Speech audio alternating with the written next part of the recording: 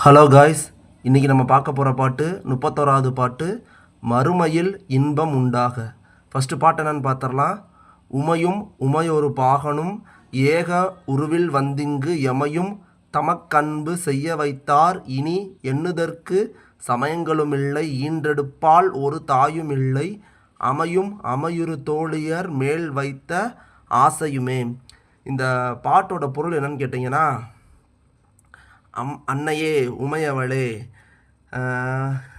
தன்னில் சரிபாதியாக ஈசனின் சரிபாதி, ஈசன்னா சிவபெருமானில் பாதியை ஆட்கொண்டு அர்த்தநாரீஸ்வரர், அதாவது ஆணும் பெண்ணும் கலந்த அர்த்தநாரீஸ்வரராக காட்சி அளிப்பவளே, ஒரு தகுதி கூட இல்லாத எமை போன்ற ஆளுகளுக்கும் அன்பு காட்டி எனையுமே அருள் பாலிப்பவளே, அதாவது நமக்குமே சாப்பிட உண்ண உணவு உடுத்த உடை இருக்க இடம் எல்லாத்தையும் கொடுத்து என்னைய பாதுகாத்து அருள்பவளே.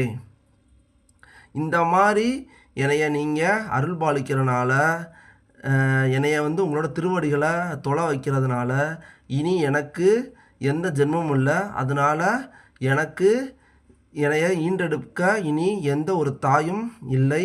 அதே மாதிரி மூங்கிலை ஒத்த அழகான தோள்களை கொண்ட பெண்களின் பால் கொண்ட மோகமும் எனக்கு இனி இல்லை. இதுதான் இந்த பாட்டோட பொருள்.